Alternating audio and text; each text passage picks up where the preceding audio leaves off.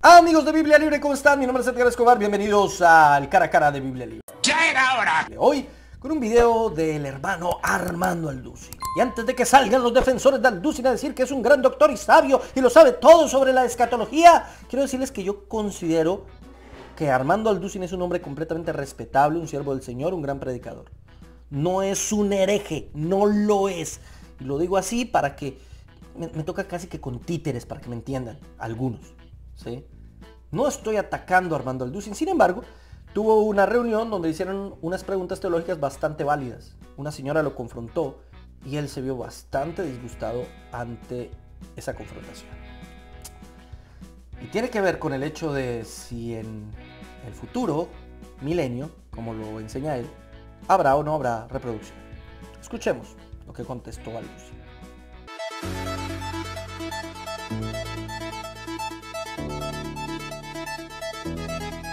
Pastor Alducin, primero que todo quiero agradecerle esta hermosa conferencia que ha sido un gran aporte para nuestra vida espiritual. Gracias. Haciendo referencia en la sesión anterior a una pregunta que surgió sobre si en el milenio nos casaremos, quiero basarme en la respuesta que nos dio el pastor Armando Alducin.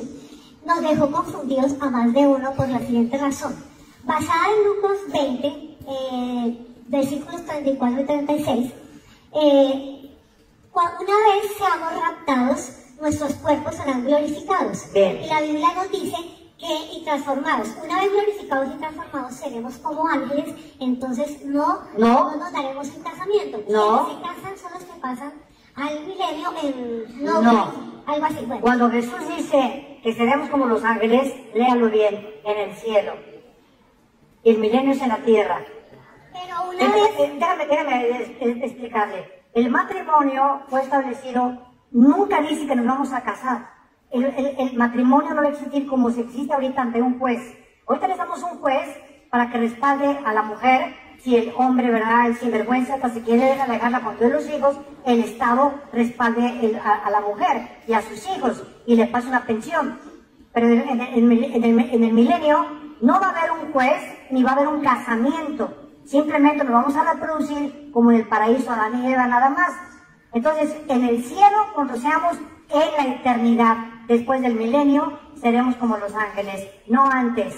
Una vez con nuestros cuerpos glorificados subimos al cielo, pero iniciando el milenio, después de la gran tribulación, descendemos nuevamente para iniciar el milenio. Correcto. Pero la iglesia desciende con sus cuerpos glorificados. Claro. Ya un cuerpo, no podemos casarnos.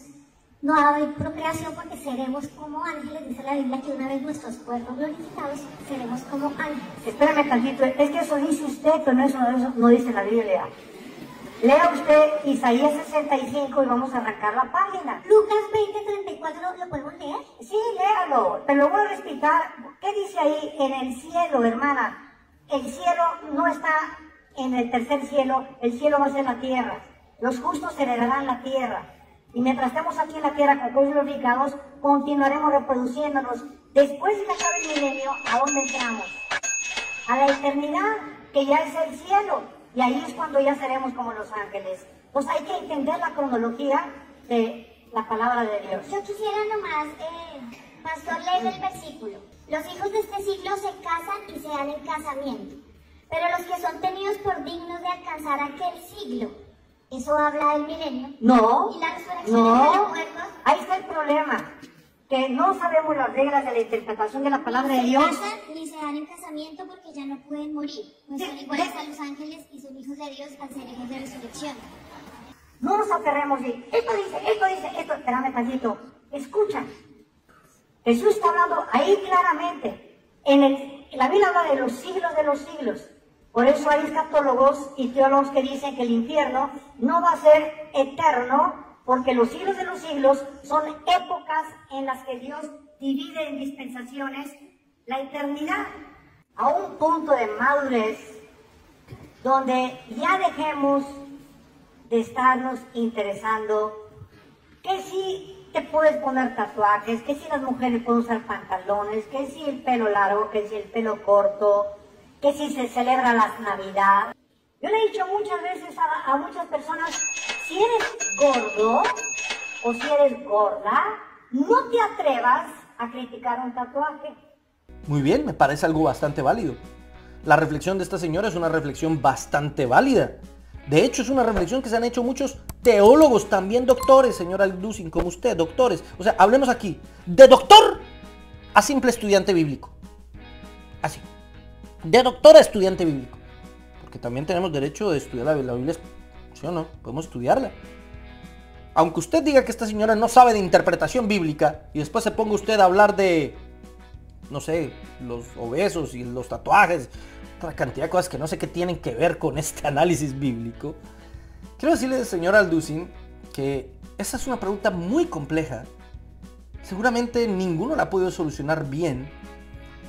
Y radica en el hecho de cómo Isaías capítulo 65, si usted lo lee todo, no lo voy a leer acá porque es muy extenso, pero usted en su casa lo puede leer, parece estar indicando que en el futuro, después de la resurrección, va a haber muerte.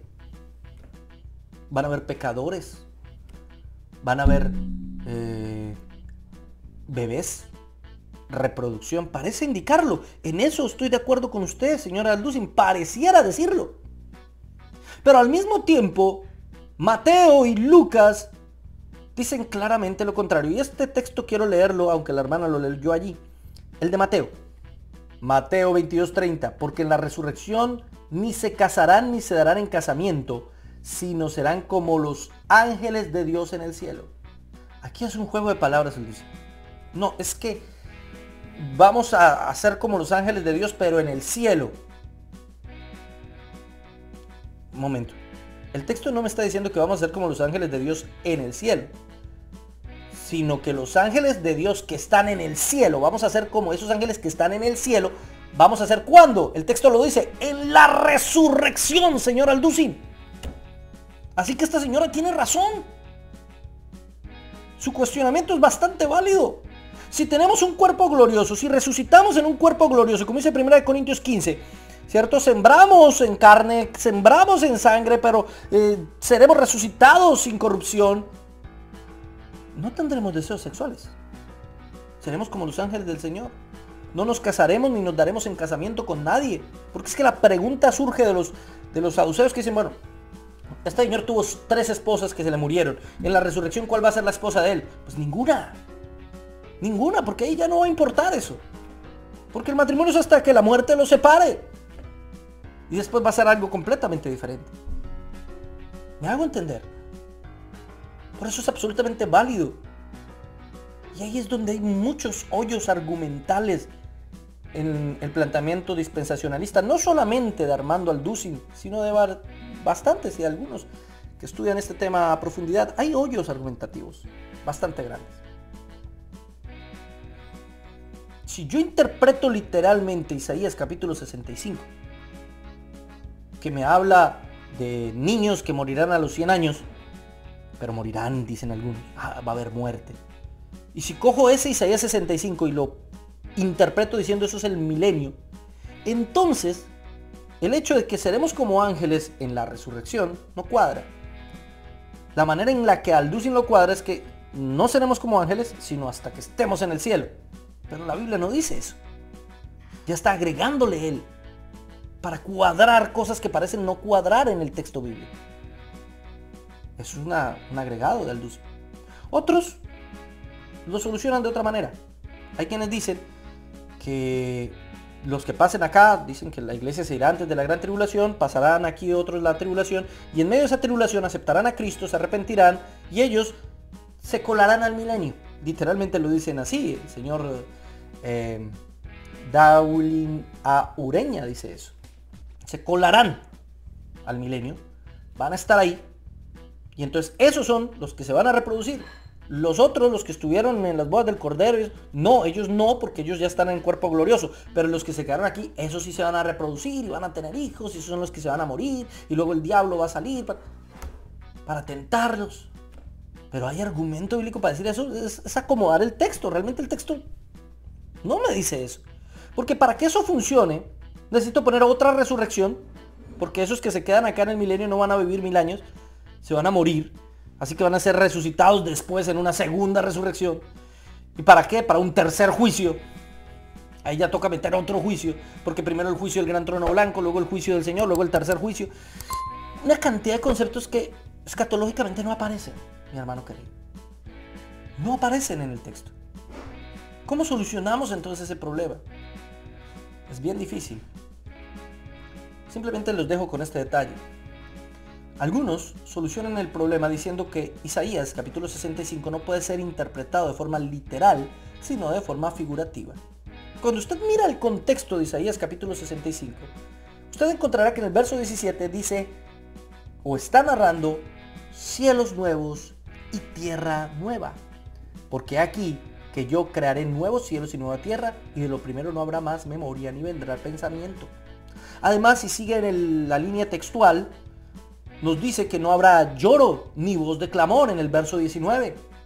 Así que si hubiera muerte, pues así sea de viejo, eso produce dolor y produce llanto. Si hubiera pecado, eso produciría dolor y produciría llanto. Así que aquí no está hablando del milenio, señores. Aquí nos está hablando del tiempo en la eternidad, no del milenio. Algunos dispensacionalistas juegan y dicen, no, este pedacito habla del milenio, pero este pedacito habla de la eternidad. ¿Cómo sé yo eso? ¿Cómo puedo decir que Isaías está hablando de a pedacitos? Si Isaías 65 y Isaías 25 son paralelos, Isaías 25 nos habla definitivamente de la eternidad. La verdad, nos habla de la eternidad. Pero aún el problema es más grande, porque si nos habla de la eternidad menos va a haber ni nacimientos, ni tampoco va a haber muerte, ni tampoco va a haber pecado. No es lógico que en la eternidad, en el cielo nuevo y la tierra nueva, exista eso. Por lo tanto, para interpretar ese texto hay que interpretarlo necesariamente de manera figurativa. Son figuras literarias. Hay que hacer una interpretación figurativa. Y ahí es donde podemos interpretar, a mi concepto, bien el texto. Primero, hay dos figuras literarias gramaticales. La primera se llama un merismo. Un merismo es una expresión de totalidad, donde explica la totalidad comparando los dos polos opuestos. Por ejemplo, cuando la Biblia dice cielo nuevo y tierra nueva, ¿qué quiere decir? La creación toda va a ser nueva, ¿sí? Cuando dice montes y valles, está hablando de toda la geografía. Cuando dice día y noche, está hablando pues, de todo el tiempo. Cuando dice carne y sangre, pues está hablando del ser humano en su plenitud. ¿Me entiende? Cuando habla de jóvenes y ancianos, no es que esté hablando de edades. No es que vayan a ver niños y viejitos. No, simplemente está hablando de todos. Todos. Porque en ese cielo nuevo y tierra nueva no habrán edades. No habrá tiempo. No serás un viejito ni un niño. De hecho, el texto mismo lo insinúa cuando dice, morirá el niño de 100 años. Si tiene 100 años no es un niño. ¿Cómo así que morirá el niño de 100 años? Yo no puedo interpretar el texto de Isaías 65 de forma literal. Tengo que interpretarlo de forma figurativa. Lo que el texto me está queriendo decir es precisamente que no habrá muerte. Y lo mismo pasa con el hecho de la reproducción. ¿Darán a luz? ¿Darán a luz? No. Acá hay otra figura literaria que se llama litote. Es una figura retórica que consiste en afirmar algo negando lo contrario. Por ejemplo, cuando yo digo, no me parece mala tu idea. ¿Qué estoy diciendo? Que tu idea es buena. Pero, ¿qué digo para expresar que tu idea es buena? Que no me parece mala. Cojo lo contrario para expresar lo demás. Cuando la Biblia está diciendo ahí en Isaías 65, literalmente en el verso 23, no trabajarán en vano, ni darán a luz para maldición, está haciendo un litote. Está explicando que no va a dar a luz para maldición porque simplemente no va a dar a luz nadie. No trabajará en vano porque simplemente se trabaja y se verá el fruto del trabajo. No puedo hacer una interpretación literal, tengo que hacer una interpretación figurativa. Entonces aquí no me está hablando de un milenio, me está hablando de la eternidad por medio de figuras literarias y retóricas que recurren a la realidad del ser humano aquí en el ahora para entender el futuro. ¿Me hago entender? Es complejo, no es nada fácil. Son términos tan complicados de entender, pero la única manera de emparejar Isaías 65 a mi concepto, claro, con Mateo capítulo 20 y con Primera de Corintios. Con que hemos sido resucitados en un cuerpo glorioso y ya no habrá reproducción.